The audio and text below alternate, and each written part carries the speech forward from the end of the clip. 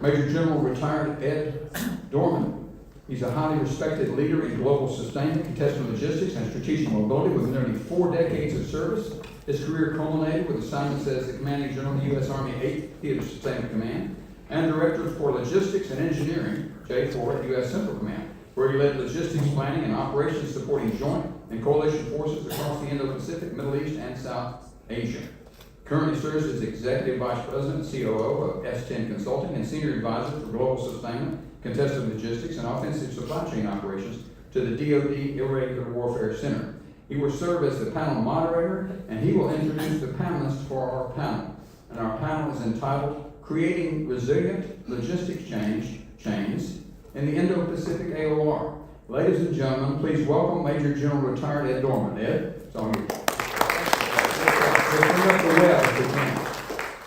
Thank you very much, Joe. And I guess I should just say with Vic here, we should probably just say thanks to General Flynn and to each of you and General Mohan. We should just say we're ready for your questions. They've actually laid it all out. There's nothing we should really say or bring to you, but no. It's a pleasure to be with you this morning. Thanks so very much for your attention, and thanks for joining us. Hey, Joe. And, Joe, thank you, and everyone who's come out today. As Joe said, it's creating resilient supply chains under persistent contestation. And as General Flynn laid out, positional warfare is what it's all about, right? Because there's 3 elements of contestation that we need to think about. There's the threat. It takes many forms. We primarily talk about the PRC. There's the environment. That's really what General Flynn talked about, and that positionally. And then there's self. So you always got to think about what you're doing to yourself. And as many of you know, this forum is focused on supporting space and missile defense operations across one of the most challenging operational environments on Earth, the Indo-Pacific. Spent a lot of time thinking about this, and thinking about being a subject matter expert in contested logistics. We throw that term out a lot, but I don't think we really understand it in all its dimensions. And so that's what we're going to try to get together today and talk about. And much of our professional discussion naturally centers on, in this environment, space and missile defense, I think, on the launchers, radars, interceptors, the sensors, the networks, and increasingly space-enabled capabilities, right? Yet, none of those systems matter if they cannot be sustained, protected, repaired, regenerated, powered, supplied, reinforced, and ultimately reconstituted at the forward edge. So today's discussion is intended to explore that challenge. Not simply about the transportation to get them there, not simply about inventories and magazine depth. Sure, that's important, right? But the broader ecosystem required to generate, sustain, protect, regenerate combat power under persistent contestation. Because at the end of the day, it's about credible deterrence, right? Credible deterrence. And we're fortunate to be joined by 3 exceptional leaders who bring strategic, operational, and future capability perspectives to this discussion. So, joining us here in Huntsville, right? Rear Admiral Vic Mercado, United States Navy retired. Admiral Mercado previously served as Assistant Secretary of Defense for Strategy, Plans, and Capabilities, and played a key role in helping shape many of the concepts that continue to influence how the Joint Force thinks about deterrence, about campaigning, and contested logistics today. Thank you for being here, Vic. It's a privilege to have you here on this panel. Now, as I said, we're contested each and every day. General Flynn said that as well, and we are contested. And joining us virtually from ongoing operational responsibilities. First, Brigadier General Ronnie Anderson, the Deputy Commanding General of the Combined Arms Support Command and the Director of the Army's Future Capability Directorate, formerly the Army's Contested Logistics Cross-Functional Team out of Fort Lee, Virginia. Ronnie is helping the Army lead the Army's efforts to modernize sustainment, improve predictive sustainment capabilities, and prepare the force for future contested environments. Ronnie, we appreciate you taking a break from the action to join us today. Can you hear us, Ronnie? Can we see you? We're working. Sir, I have you. Thanks for that introduction. There we go. All right, thanks for being here. Also joining us from Fort Bragg, North Carolina is Brigadier General Pete Gilbert, the Deputy Chief of Staff, Director for Logistics, G4, U.S. Army Western Hemisphere Command, formerly known as Forces Command, right? We've done a lot of reorganization with a new focus, new responsibilities, particularly in the Caribbean. That Western Hemisphere Command is singularly important to much of the threat today, and many people don't understand that threat, but the threats that are coming in through our southern border and in our Western Hemisphere, particularly from the Chinese. If you look at Changi Port, where a lot of the critical minerals are being taken out of South America, being transported back for processing. Many of those mines reside down there. So, Pete's joining us there. He's in the Elite Constellation series of exercises, and he's taking a break there. So Pete brings operational and theater sustainment perspectives that few can match, and is actively engaged in many of the challenges we will discuss today. So Pete, thank you for stepping away from battle rhythm events and ongoing operational demands to be with us. Can you hear us, Pete? Hello, I'm clear. Thank you so much for the invitation, sir. Okay. You have the slide clicker. I don't know that the slide clicker is going to work Aha. because your briefing is not up. It's not up. Okay. Could we bring up the slides, please? There they are. Bring up the teams. The teams. There we go. Okay, Okay, I so don't know we if that got, clicker's going to work. you don't think it's gonna work? Okay, so we've got General Gilbert on the top and General Anderson on the bottom. Let me see if we can get this to work here. Okay, could you advance the slide in the center back there? Okay, can we still see our, let's go back one. Okay, There you go. so, I would just offer a simple proposition. What if the true center of gravity is not the weapon system itself, but the ecosystem required to keep it operational? So, kind of keep that in mind as we begin. So think about what you see there. You've got all these systems that we talked about, right? So, with that in mind, I would just say,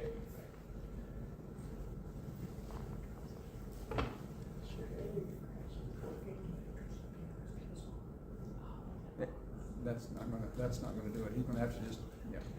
so what matters more? When most people think about missile defense readiness, they naturally think about Patriot, right? Air missile defense. But you've got these other systems down here, THAAD, LTADS, Aegis, and rightly so. What matters more, the weapon systems or the industrial base, workforce, energy, semiconductors, transportation systems, the supply chains, the data, the alliances required to sustain? What matters more? You're the audience. You're out there. Can anybody? All of it. That's like saying which sibling do you love more? There you go. You better not. Well, I would say that. The one that produces grandchildren. Oh, right? It's shot, yeah. That's it. All right. Yeah. Well, it's actually both, right? So we can't really get the slides to work. But it's both, right? Because one can't exist without the other, Yeah. right? Correct answer. So, because logistics is deterrence, right? Logistics is deterrence, and we have to think about it that way. So, if we could, Just tell them to advance in the so booth. please advance the slide. Go ahead, another. Go ahead. Okay, so we'll just, please, one more. Go ahead. Next slide. Next slide, please. So, Vic, with that in mind, what is contested logistics? You were busy when we wrote this, so I thought I'd let you start on that. You had a unique vantage point during the development of the Joint Warfighting Concept. Thanks, General Dorman. First of all, It's great to be here, my second time in Huntsville. I think I briefed it one time virtually. Went to the last Space and Missile Defense Symposium. It was phenomenal, and now I'm here. Appreciate the invitation. Good to be here as a straight man for General Flynn and working here alongside this panel and for General Dorman. And again, I'll be the straight man for General Flynn because, you know, when I talked with Ed a little bit beforehand, it's instructive and informational to know the genesis of the joint warfighting concept, how we got to where we are today. General Flynn said we're now at 3-0, right? But if we liken back to around 2020 and Trump won, right? When there was a pull from the Congress, there was a pull from the Secretary of Defense, the Joint Staff, and all the services that says, we need a unifying joint warfighting concept. How else can we fund and procure weapon systems if we don't know the concept by which we are going to fight as a joint force? So how to organize that was interesting.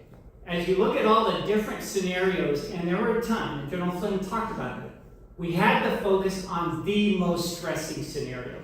There was some pushback because some people say we're not just going to build a force that can fight in one theater, it has to be global. But in a policy standpoint, working with the Joint Staff, we said we got to focus on the most stressing scenario, and that's in the Pacific. And then we had, you know, General Flynn talked about theories of victory. We weren't concerned at that point with deterrence because we knew we had to deter, but how do you win? Okay, so when that was done, then we looked at what is out there. And I know General Dorman and folks were defining contested logistics back in like 2015 or so. But there are certain concepts that were like, we call them orphans. People didn't like that term. But I'll go through the 4 of them, right? And 2 are very, you know, self-evident. One was fires. One was JADC2. Guess what the Air Force really loved and wanted to own? JADC2. And there were 2 others that are really relevant today. One was information decision advantage. And the other was contested logistics. And yes, when you go through and we had to assign who had to own each of these orphans or concepts, Air Force said, I got JADC2. No kidding. Navy got fires. I guess that was the easiest. You want to give the sailors the easiest. Army, because of the mission that they were performing in the Pacific, was the natural service to lead contested logistics. Now, information advantage, no one wanted it back then. Nobody. It wound up right in the Joint Staff.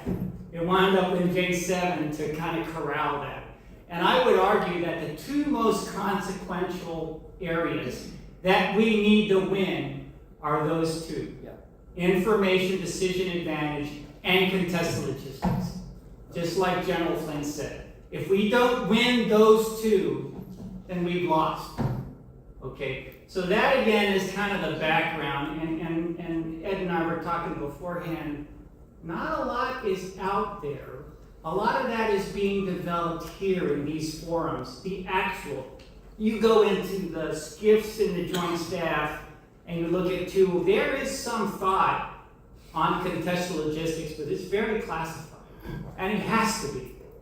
Okay, so just to reiterate what General Flynn said, is that, and you know, from a Navy standpoint, because I am the token Navy person here, when you look at the warfighting construct, it is no longer a supporting concept. If you go into how it is wargamed, there is an operational commander given that mission of contested logistics in all phases. Okay?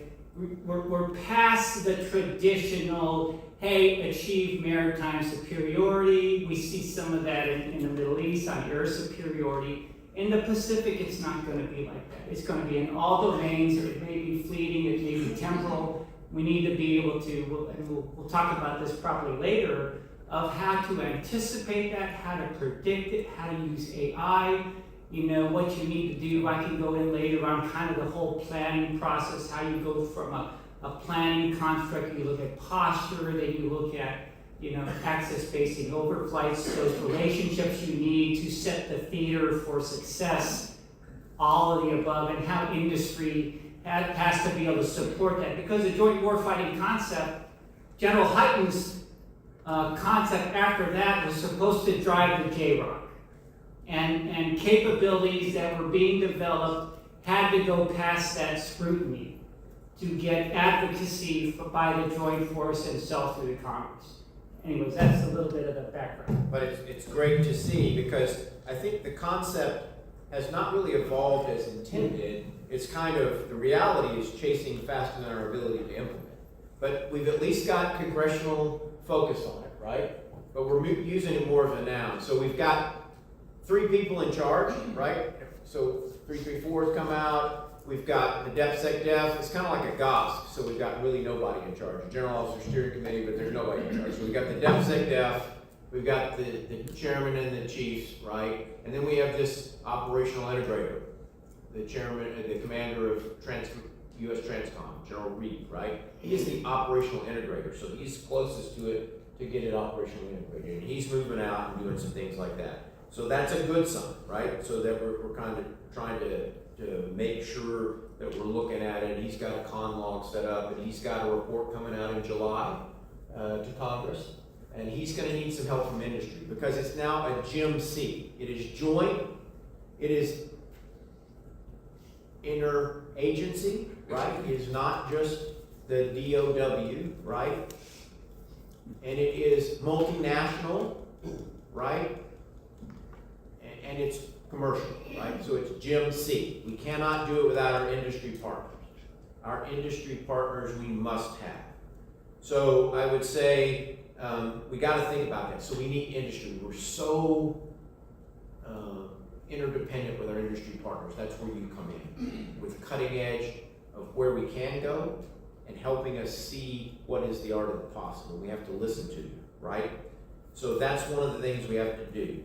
And so, Ronnie, I'd come out to you and say, how has the Army's understanding of contested logistics evolved since you were the director of the cross-functional team, the Army's contested logistics cross-functional team, and now the director of the Future Capabilities Directorate?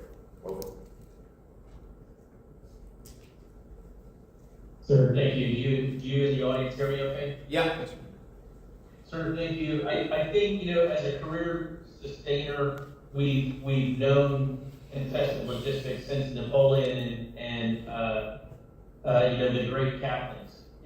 At the time, it was called, at that time in a lot of our doctrinal conversations, it was discussed in terms of attacking your enemy's rear. All the commanders were forward, and the rear areas were where the supply trains always sustained the battlefield. So I believe the Army has always been aware of it. I don't want to, wax on and on about, what the doctrinal definition of it is. But if you would, endure me for just a moment, I took the opportunity to kind of look up some real world public headlines that demonstrate what it is that the audience may be able to relate to a little bit more easily, and I'll read through several conflicts. In Operation Iraqi Freedom, this is a headline from one of our media outlets.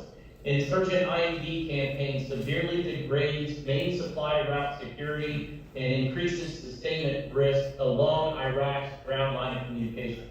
Operation Enduring Freedom, Taliban ambushes and route denial in Hindu Kush force air-centric resupply and drive reliance on high-cost airdrop.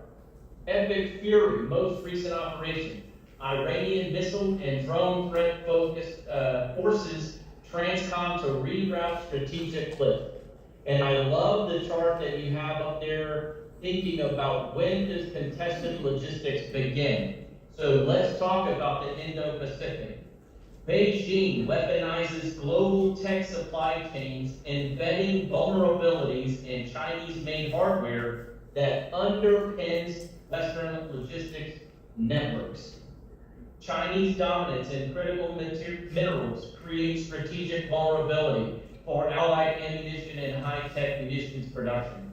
And then finally, as we get into operations, prospective PRC blockade operations in South China Sea put trillions in annual trade and key energy flows at risk.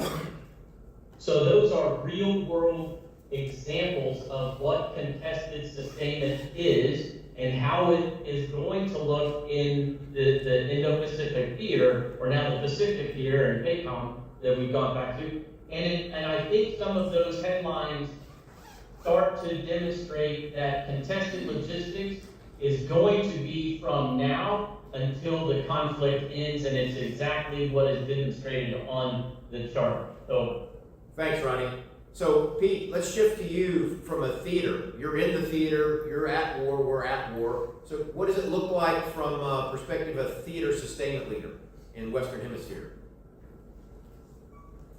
Hey, sir, I just want to start by thanking General Flynn and General Mulligan for their leadership. The way they framed both the Organic Defense Industrial Base here in the homeland and all the things, that are ongoing in the Indo-Pacific, it's just a very complex, ambiguous sort of problem set. To answer your question, the chart that's up right now, when does contested logistics begin? The answer, from my perspective, here at Western United States Army Western Hemisphere Command, going commander to two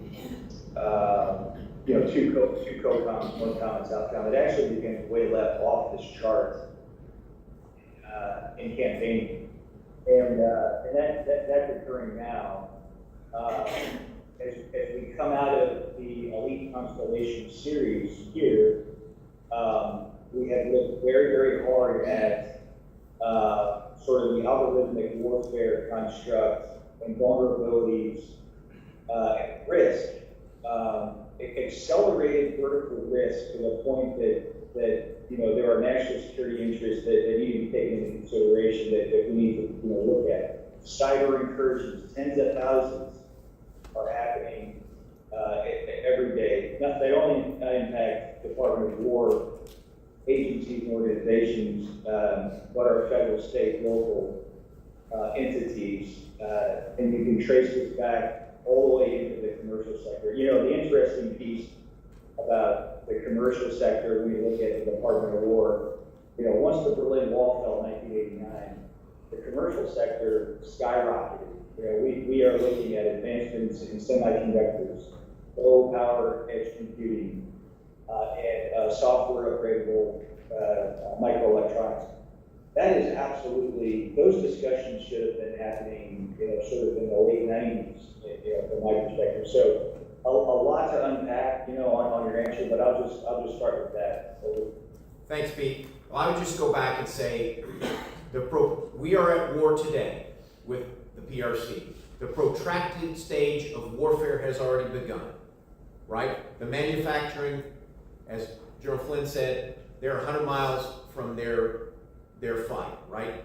So the reason my title at the Irregular Warfare Center as Senior Advisor says, Senior Advisor for Global Sustainment, Contested Logistics, and Offensive Supply Chain Operations, is we have to go on the offensive. They have been on the offensive for a long time, right?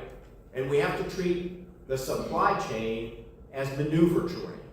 The supply chain has multiple layers, and we need to be exploiting that to create positions of advantage for ourselves and create dilemmas inside of the multiple layers of supply chain: financial, transportation, contracting, etc.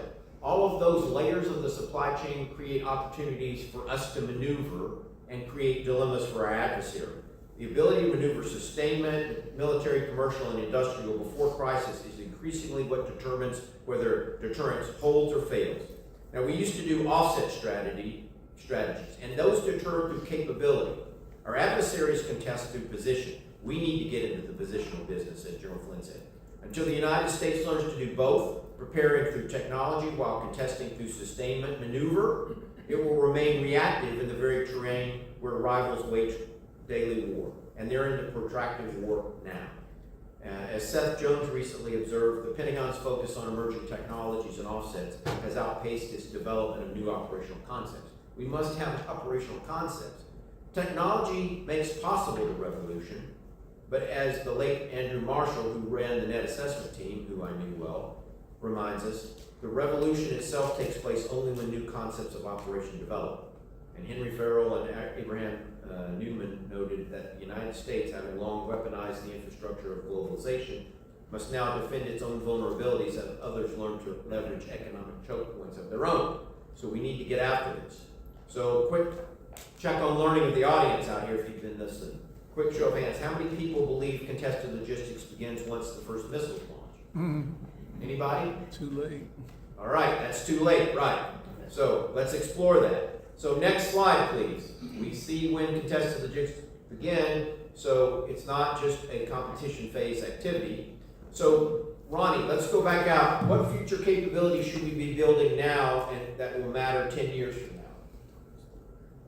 Love to hear this one. Sure, thank you. That's a great question, and it's where I spend, the vast majority of my time and energy and mental capacity right now for the future, capabilities directorate. So we're on a journey to develop our sustainment modernization campaign plan and Project Orion with Major General Schneider as the PAE for Agile Sustainment and Ammunition. And I've been very clear since I got into this position that we have to solve 5 problems. The problems are broad, but for the new way that we're going to operate and the conceptual work that we're working on and where doctrine is pushing us and where technology is pushing us, we have to solve 5 problems. Autonomous distribution, being distributed, disaggregated over longer lines of communications and potentially across multiple archipelago islands. We're going to have autonomous distribution in the air, on the surface, and on ground. We have to solve predictive sustainment. So that is seeing everything on the battlefield, understanding and I'm talking about our assets, whether that's a person, a tank, or a repair part, and then being able to write the algorithmic solution to optimize the distribution problem. We will no longer have a day where the commander who has possession of that commodity actually owns it, but they will have access to it, and as will everyone else. Asset visibility actually enables the predictive sustainment, so we have to do that. And then energy. One of the biggest challenges that we have in any theater for any operation is moving fuel around the battlefield. We're never going to get away from it, but the sooner we can learn to reduce that requirement through improved and enhanced new technologies with batteries, with hybrid electric combat platforms and sustainment platforms.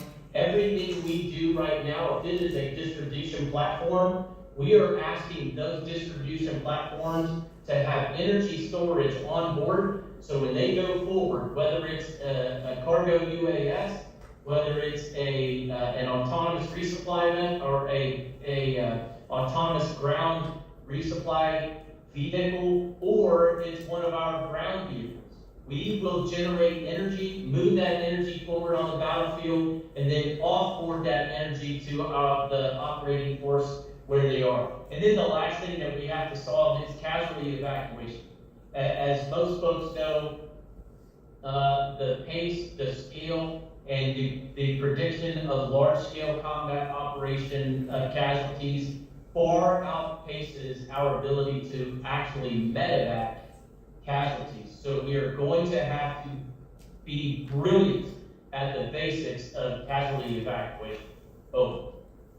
Thanks, Ronnie. I'll go over to Pete. So Pete, as an operational guy down there in the Western Hemisphere, what operational preparations concern you the most based on what Ronnie's talking about in those 5 concept required capabilities that he's talking about for, you know, both in competition, how are you looking at mapping, you know, your theater for that, and then once crisis and conflict over. Thanks, sir. You know, I have to go back to campaigning. You know, the sustained preparation of the environment is absolutely critical, but it's not necessarily always from the lens of the Department of War. This really, and I go out to the audience here, this really needs to be taken under some hard considerations, you know, from the commercial sector. If we're serious about defense, if we're serious about protecting the homeland, you know, there are a number of emerging technologies, great pieces of equipment that could maybe some of these things be integrated into what we're doing from a land component perspective. But it's not just a land component perspective. It's the joint force, joint all domain. This was Vic talked about this a little bit. Joint all domain warfare. You know, I think some of the things we're concerned about are happening right now with the Fury open source. Transition to sustainment for some of these, you know, pieces of equipment, modernized equipment, or autonomous systems. You know, how would we sustain these in depth from a pace and tempo at which they are going to be used? Indo-Pacific is a very complex problem, right? Anything not west of the IDL is not really considered useful. And so, you know, defense industrial base complex or forward repair activity, you know, kind of in the COCOM or in the region. The Secretary of War has a program out there. I think we're starting to see some of that in CENTCOM and the Indo-Pacific under the Regional Sustainment Framework construct. This is absolutely where we need to go, just from a reconstitution standpoint. Our supply lines are way too long. The transportation architecture and infrastructure is going to be at risk because of the requirements. I think I go back to Ron Anderson at CASCOM, and it's the transition to sustainment. Do we have the magazine depth not only in the OIB, but can we depend on the defense industrial base? Over. That's great. And sir, could I pull the thread on that just a little bit further? Absolutely. Sir, I think this goes back to the comments you made earlier about positioning and GMC and how we've approached campaigning, right? We need the whole of government to be thinking about regional sustainment framework, but also opening doors to our partners in the Pacific so our commercial partners can get into those countries. And first of all, it will improve economies of our partners in the region, but it will also build a foundation for where we can do production further forward, so that we can do defense industrial base production further forward, so that we can enable the regional sustainment framework. And I think that C also has, you know, it has a multiplier out there in parenthetical that's full of government that opens that up. So, Well, that's great. And Ronnie, I want to build on something you said earlier. Energy is beyond just the fuel and the batteries. Energy helps do manufacturing if it's done well. And while it won't alleviate all manufacturing, it helps consistently with advanced manufacturing like additive and subtractive and form and casting and things like that. But I'll come over to Vic and say, you know, when we look at industry and talking to industry partners here, we have to look at whole of nation, right? Like World War II.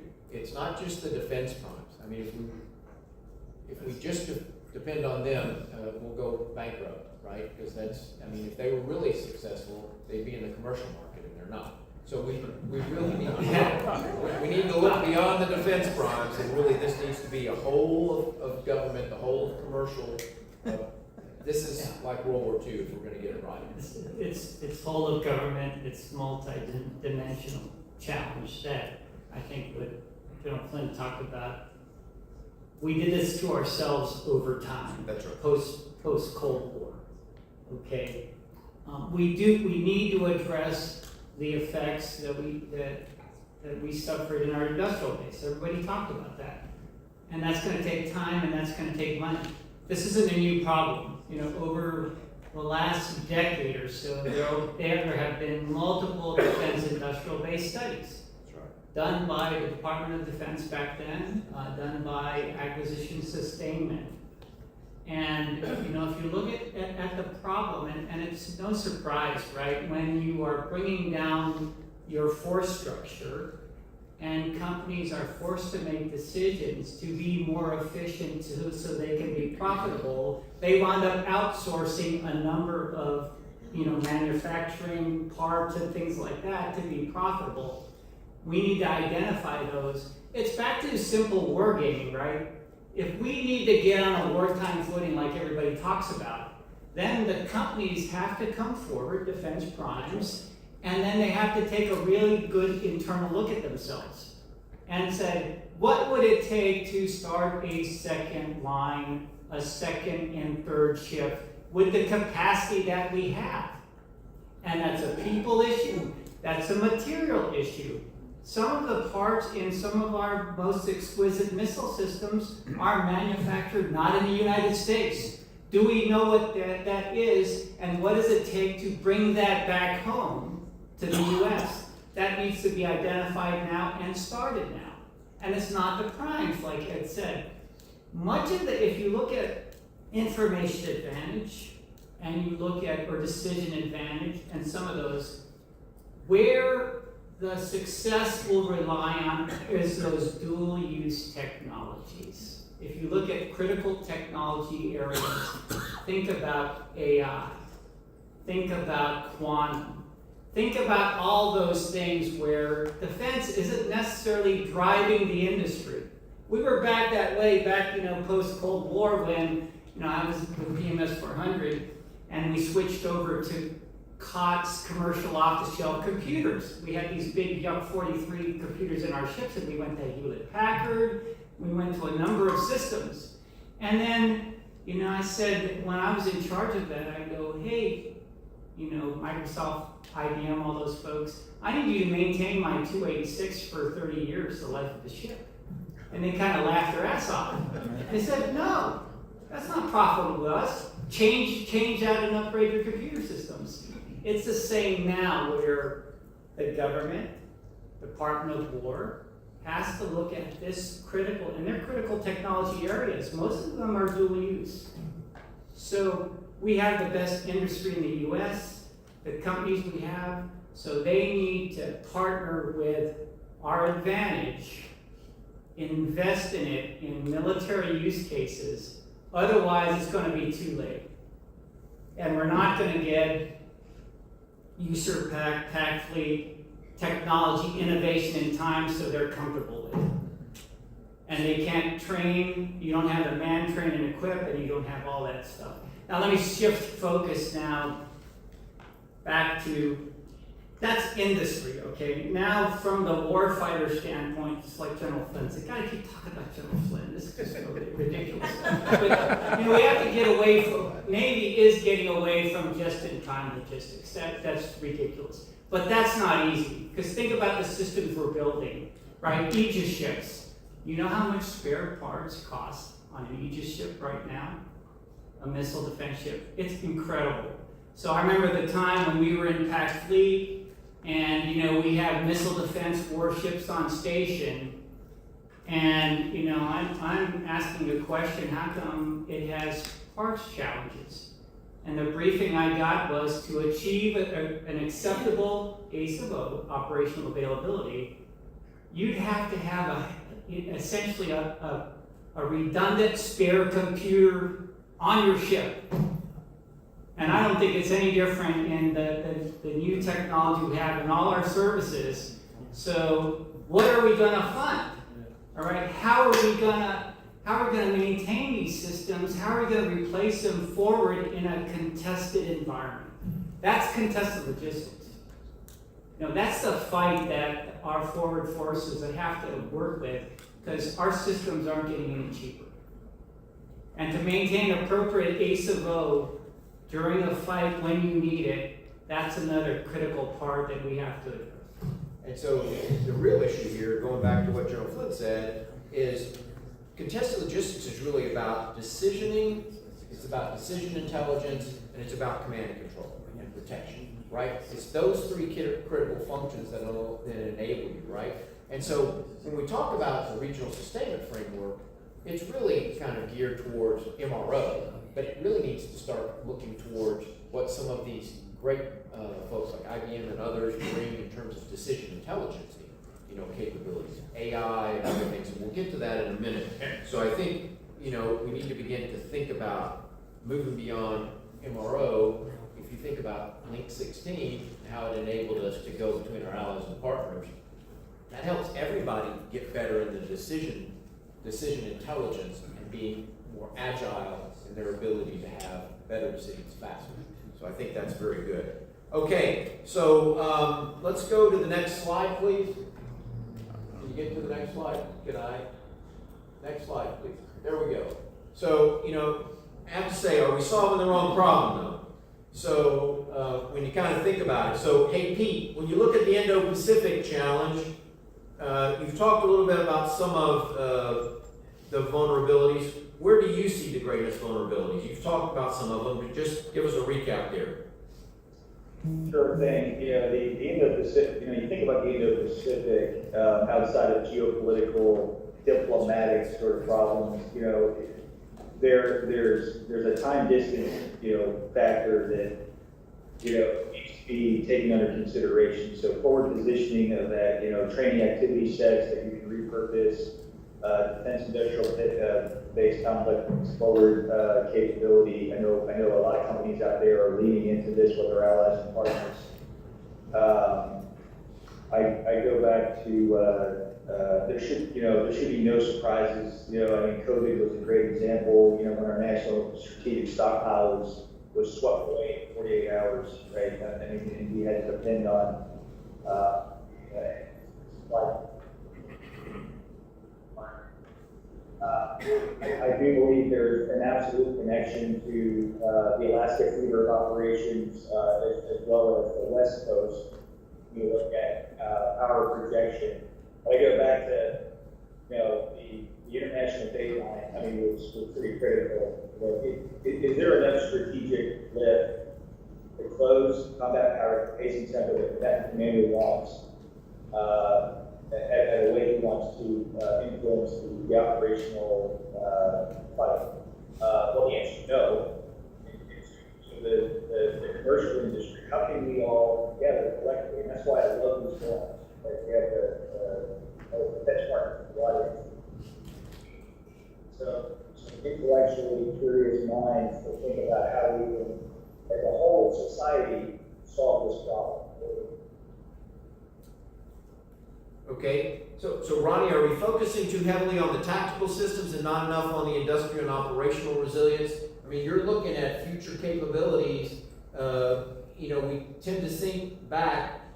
A lot of times we're looking at the radars and we're looking at the interceptors and things like that. The top 25, according to our chief warrant officers and things like that, is really what's breaking us, and the supply chains to get them there and the fragility of the supply chains. What are they telling you in the future capabilities that you really need to look at from an Army air and missile defense? And, how can we address that in your future capability? Over. It's a huge distribution fight. That's going to be the challenge, right? So we have two problems to solve. One is having what we need to distribute, but the other is knowing where it is, where it needs to be, and the optimum way to get it there.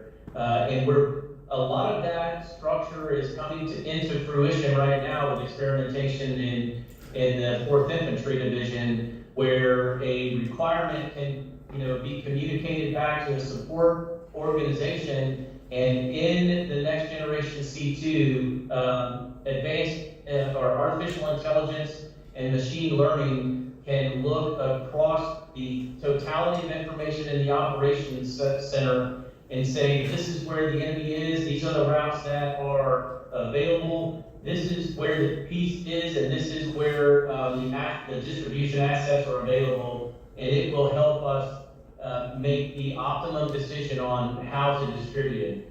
But I think the bigger, so that's where my space is right now, is I'm focused on core and forward in the Sustainment Future Capability Directorate.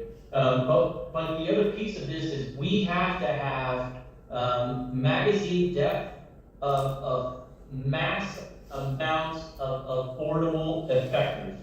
And that is absolutely on the mind of all of our Army senior leaders and even up to the secretary level. He talks about it all the time. The things, we need to invest in a lot of producible, cheap things that kill our enemy. And then we have to make deliberate decisions about the few things that are exquisite and very expensive. So we have to strike that balance. And then, my previous job, having commanded in the organic industrial base, where I think, while I'm focused on forward, the thing that sticks in the back of my mind is our homeland infrastructure, our ability to protect our access to fresh water, to sewage, to energy, to communications, the internet, and banking. All of those things that Pete has to struggle with every day. Those are kind of the things that I lose a little bit of sleep over at night, because if we read everything about the Chinese doctrine and their preferred method, is they would prefer not to go to a shooting war with the United States. And how do they do that other than eroding our will at the national level and disrupting and disaggregating our ability to either generate or project power. So, No, great. Vic, you were gonna say. Yeah, those just some great compelling points that were just made by the two generals. I can tell you, this is where industry can help. And what I'm thinking of is quantum, and quantum compute and quantum optimization. One of the use cases that we've been working with was Exxon, right? 500 liquid natural gas carriers trying to distribute, LNG globally, having to deal with weather, typhoons, things like that. A very tough optimization problem, which is tailor-made for quantum. Okay, so recently there was some other articles talked about convoy routing, right? Using Talisman Sabre. How is that, and a problem, I think, I remember my Talisman Sabre days, now they're using quantum to solve convoy routing challenges. So incredible. There's also cases of strategic airlift, and even in, counter UAS. These are some problems. Not everything needs to be solved by quantum. Some could be high-speed compute, but orchestrating that for the warfighter to help those really tough decisions to optimize resources in a contested logistics environment. We need to solve that problem first and foremost, because I tell you, the Chinese are spending a lot of money on this, on quantum, and trying to get ahead and beat us to the punch. And last thing on the magazine depth, as I know the Navy is looking at it, because trying to rearm at sea is really a challenge. So the degree that you can transition to directed energy for the majority of your defense, you still need the hard kill systems, but many of those cells can transition to offensive weapons. So there's a balance as you look at, as capabilities get developed, how you can ease some of those logistics challenges using technology like directed energy. Next slide, please. Can I just comment quickly? Did you have something, Pete or Ryan? General Gorman? Yes, go ahead. Go ahead.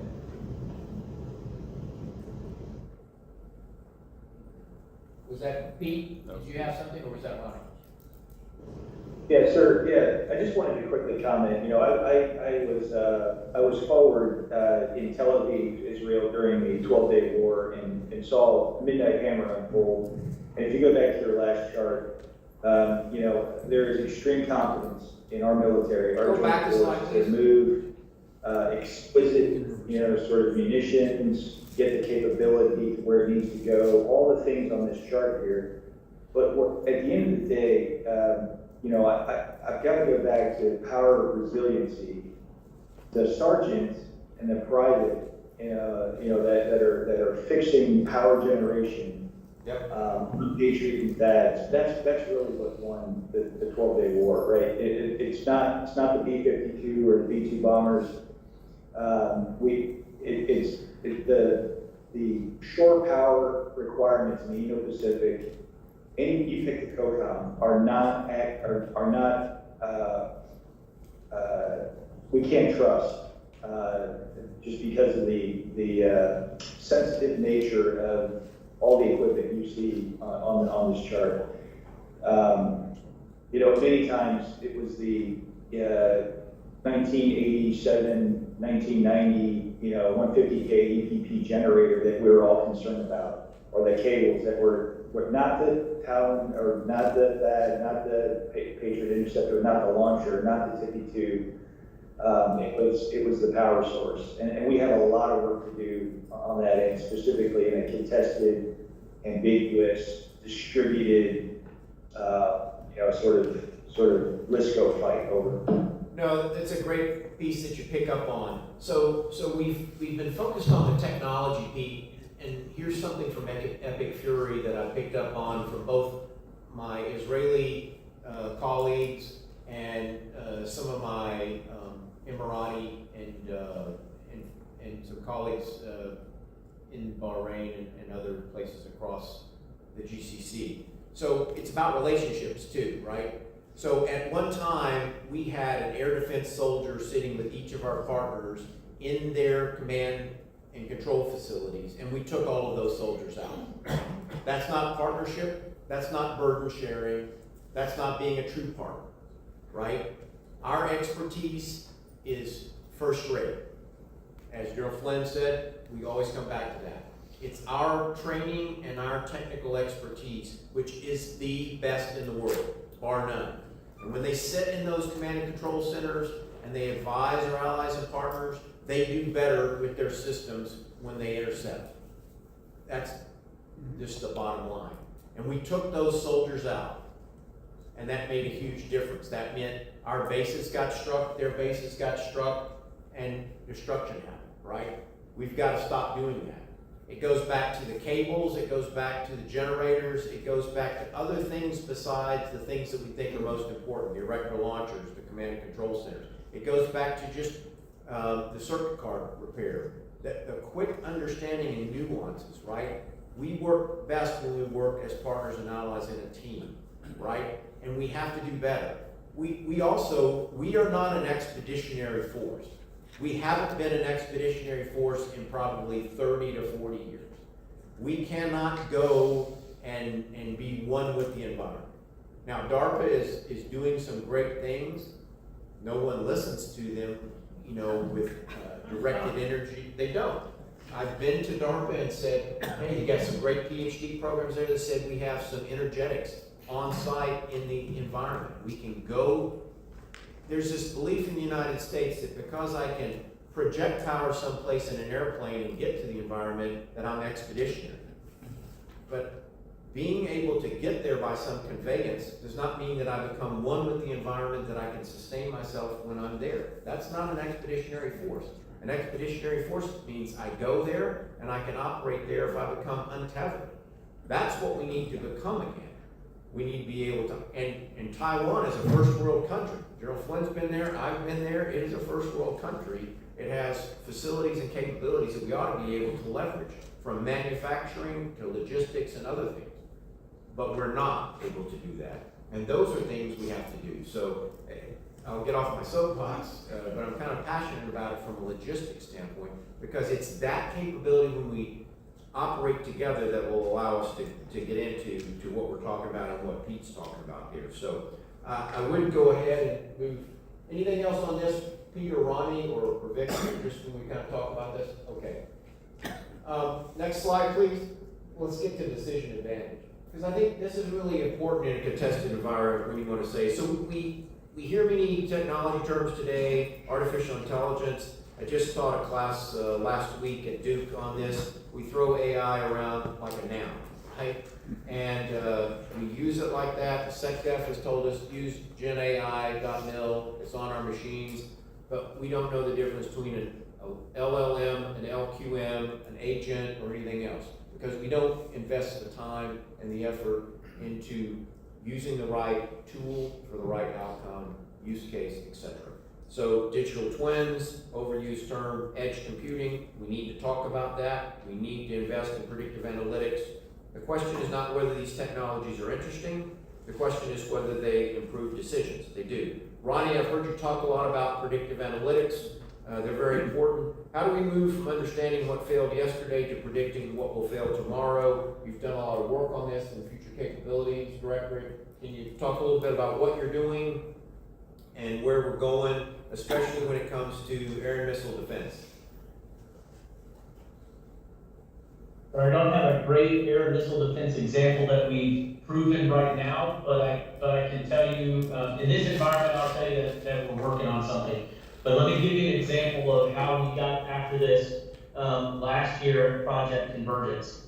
On an M1A2 Set V3, we spent some money to have the engineers build a software update to the onboard computer of an M1A2 Set V3 that monitors the conditions of that tank already. So we were able to monitor how much ammunition by type was in the tank, how much fuel was in the tank and the rate at which it was burning, and we were able to narrow it down to 55 critical maintenance faults on the tank. They developed one wire and connected it to the onboard computer to the JVCP, communicated that in real time with a refresh rate. We tried to break the system and we got down to every second and they could still do it. But we could monitor that tank's health and condition in real time through JVCP and beam it right back down to a command post. And that was enabling sustainer decisions and maneuver commander decisions based on the health of that tank. And the system was able to actually, while they were maneuvering, going towards the live fire event at the National Training Center, an indicator of a problem that was going to happen on that tank was transmitted back up through the system to both the maneuver commander and the sustainment commander, and they were able to make decisions about what that tank's role was going to be in the next operation, which sustainment element was going to move the right person with the right part to move to that tank and get after it.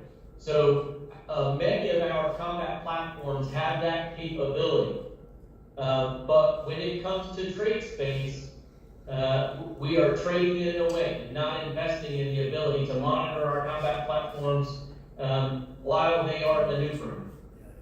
We also have to invest in much more metadata off of those platforms when they are at the hull. And the reason I say that is because while you are maneuvering, you don't want these huge bits of information clogging up your command and control network.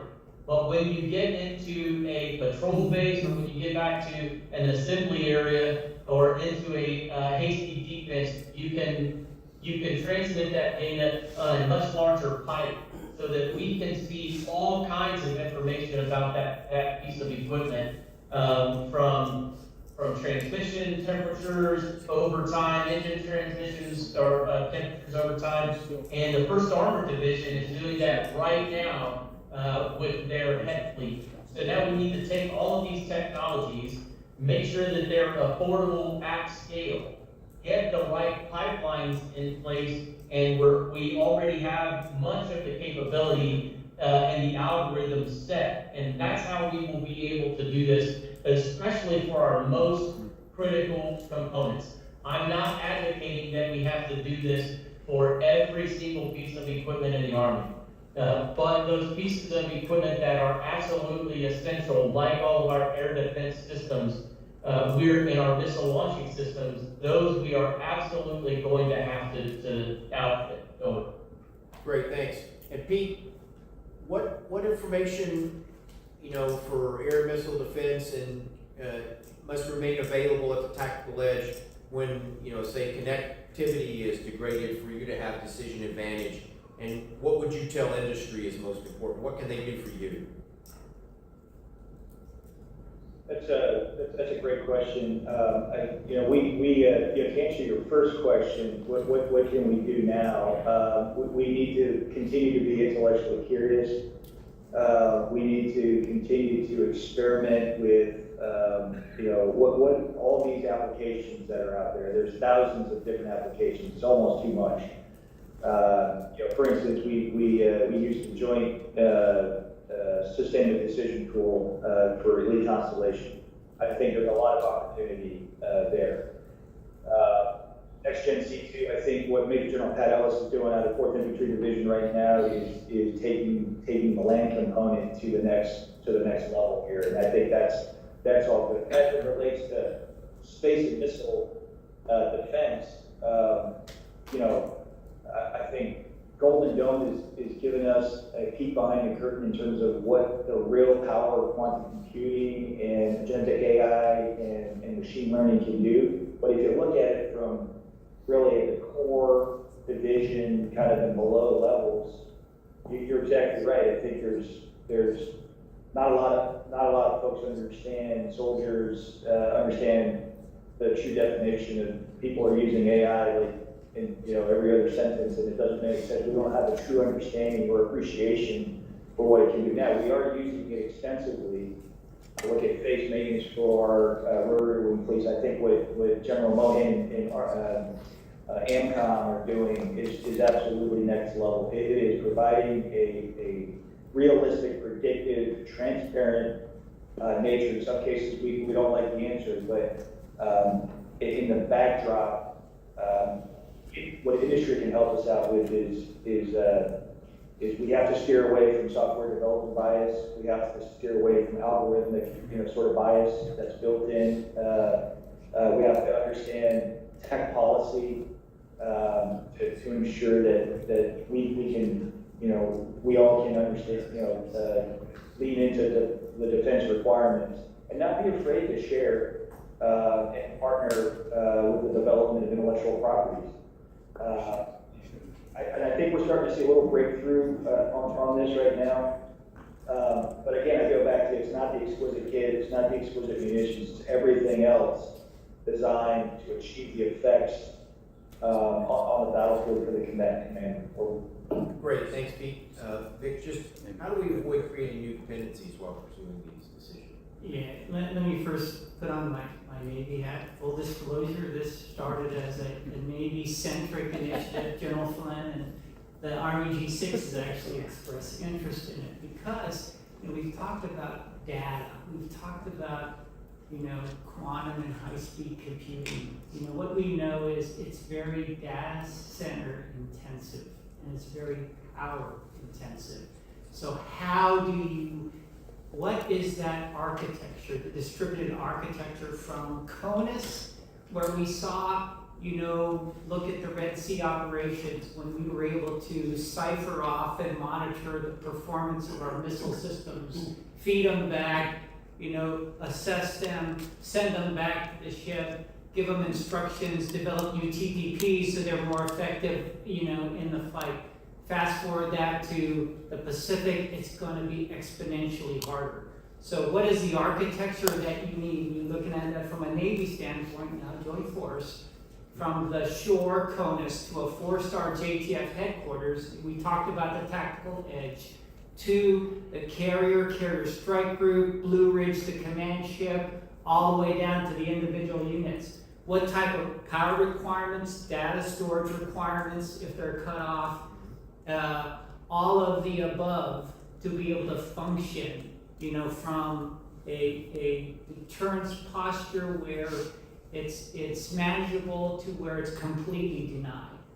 Okay, so some thought needs to be given that with industry based on how the joint force is fighting, and develop that strategy to start outfitting the force, which will enable decision advantage, which will leverage, give you the building blocks, the data readiness to use AI, all of the above, you know, to really take our force to the next level. So that is kind of the thinking that needs to happen now. We're doing it back where I am in my company, IBM, and we're working together with Navy, and like I said, the G6 is also, you know, because of some events that happen, are interested in kind of that thought piece to try to develop that further. Awesome. So I think we probably need to look a little bit, we've talked a lot about air missile and some integrated air missile and some other things and logistics, but we also probably need to escape into space, something we don't really talk about when we talk about logistics. So next slide, please. So looking beyond, right, beyond traditional logistics, right? So, you know, there's some emerging domains, there's low Earth orbit, you know, there's space domains. People haven't thought about that for a while. I know in the community I spent a lot of time in special operations, we're now looking at it, especially low Earth orbit, things that you can call on for, you know, quick deliver packages, very similar to, think about the Joint Precision Airdrop capability. But if we don't begin to test that, right, it will have an escalatory effect, because the Chinese will see that being launched and they might think it's a hypersonic, and that's not, you know, out of the realm of the possible, and we're not exercising that. We also don't have the infrastructure. We only have two places, Cape Canaveral and Boca Chica down in the Keys, right? So we need to start getting that proliferated out across the Indo-Pacific, right? And that takes time and investment, right? And so we need to exercise it, we need to get it out there.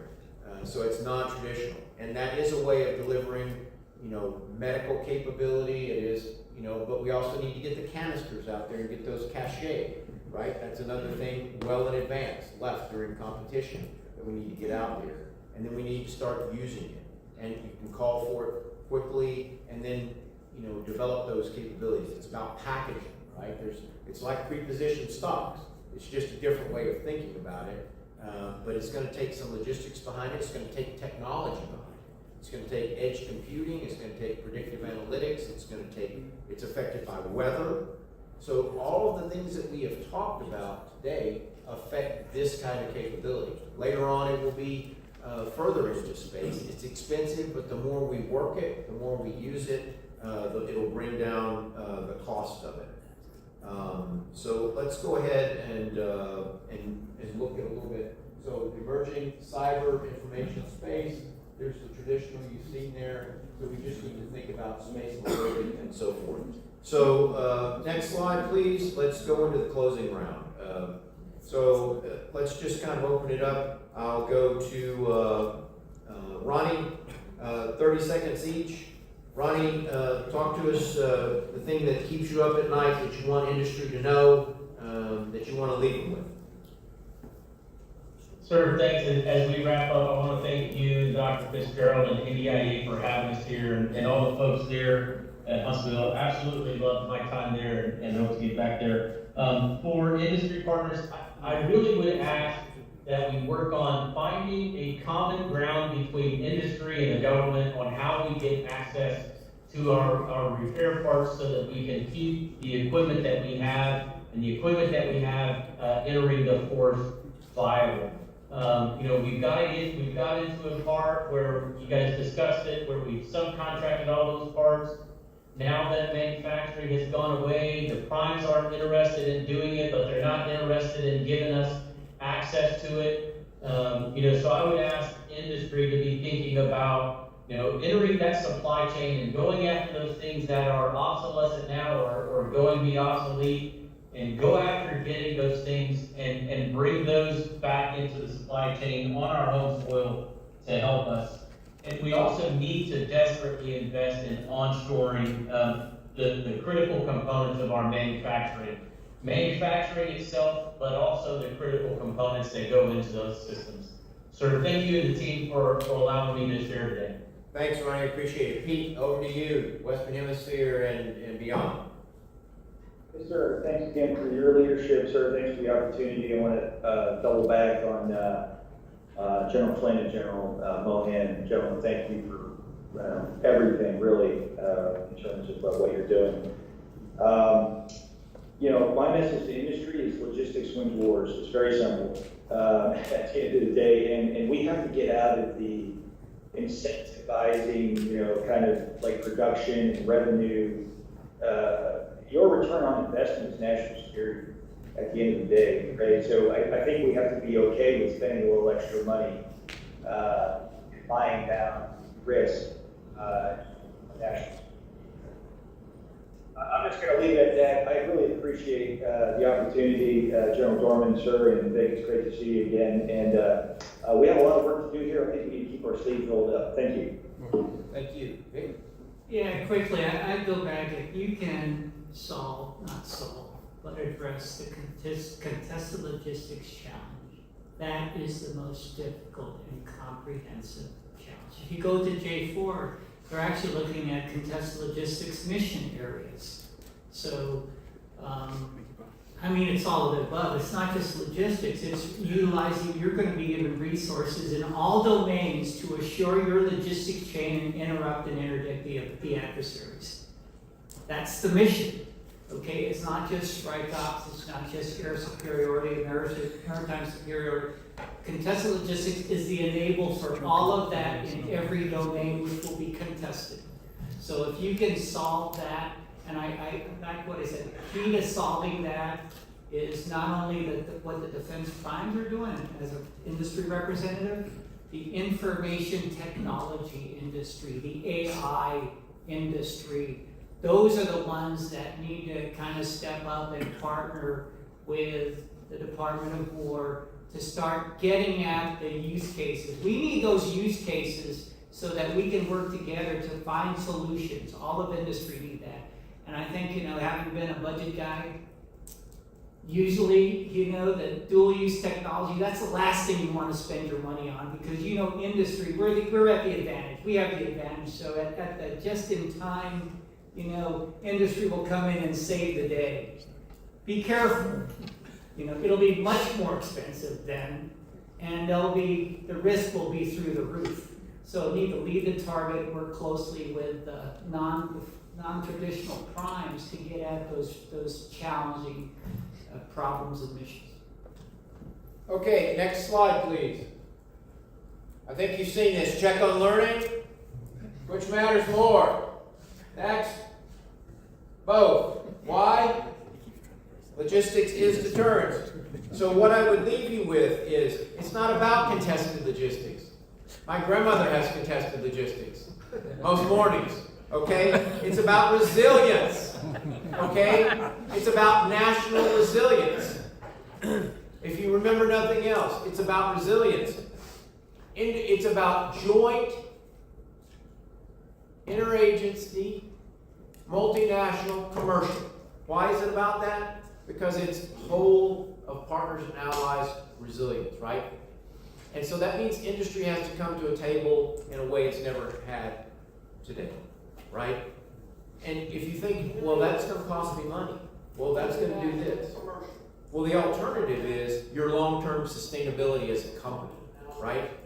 Because you won't have a company, or your profit, your P&L won't be the same as it's been before. So you got to think about that. So if you want to put some predictive analytics towards it, right, the alternative is not a good one, right? Because the protractive stage of the war is ongoing now. And so our ability to have credible deterrence is in our ability to mitigate the effects of what they are doing in the competition space, right? And that's through positional advantage of building up our ability to be credible in our sustainment warfighting function. And the sustainment warfighting function, in case no one remembers, is the logistics functions and its sub-functions. And then the rest of the sustainment is medical, right? Legal, financial, right? And human resources. And it's all of those combined which make us robust, right? Make us the greatest country on earth, right? So we've applied it to the air and missile defense, the space and missile defense working group here, because that's critical. That's really what the Army brings to the Indo-Pacific, among other things, but especially in phase 0 and phase 1, where it is that will provide that incredible deterrence as you pointed out. So it's been my great privilege to be here with you today, with great friends. So thank you for listening to us, and thanks to my panelists, and thanks to each of you. Appreciate it.